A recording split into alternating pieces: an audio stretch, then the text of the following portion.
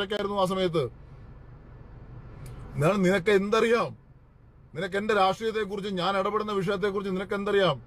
നിനക്ക് പറ്റിയ പണി എന്ന് പറഞ്ഞ ആ ബാംഗ്ലൂര് വീടിനകത്ത് കയറി കുത്തിയിരുന്ന് അമ്മ ഉണ്ടാക്കി തരുന്ന ഭക്ഷണം കഴിച്ചിട്ട് വല്ല റീലിട്ട് ജീവിക്കാൻ നോക്ക്. ആവശ്യമില്ലാത്ത വിഷയങ്ങളിൽ വന്ന് ഇടപെടരുത്. അല്ല, നീ തന്നെ ബിഗ് ബോസിൽ പറഞ്ഞിട്ടുണ്ടല്ലോ, എന്റെ അമ്മ ഉണ്ടാക്കി തരുന്ന ഭക്ഷണം എനിക്ക് ഇഷ്ടപ്പെട്ടില്ല എന്നുണ്ടെങ്കിൽ ഞാൻ സ്വിഗ്ഗിയിൽ നിന്ന് ഓർഡർ ചെയ്തേ കഴിക്കത്തുള്ളൂ. കാരണം എനിക്ക് രാവിലെ പൊറോട്ട വേണം, എനിക്ക് ചിക്കൻ വേണം, എനിക്ക് അങ്ങനെ ഇഷ്ടപ്പെട്ട ഭക്ഷണം വേണമെന്ന് നീ തന്നെ ബിഗ് ബോസിൽ നിന്റെ ലൈഫ് സ്റ്റോറി പറഞ്ഞപ്പോൾ പറഞ്ഞതാ. എനിക്കങ്ങനല്ല. എന്റെ അമ്മ ഉണ്ടാക്കി തരുന്ന ചമ്മന്തിയും ചോറാണെങ്കിൽ അത് കഴിക്കും. ചമ്മന്തിയില്ലെന്നുണ്ടെങ്കിൽ പച്ചച്ചോറ് കഴിക്കും.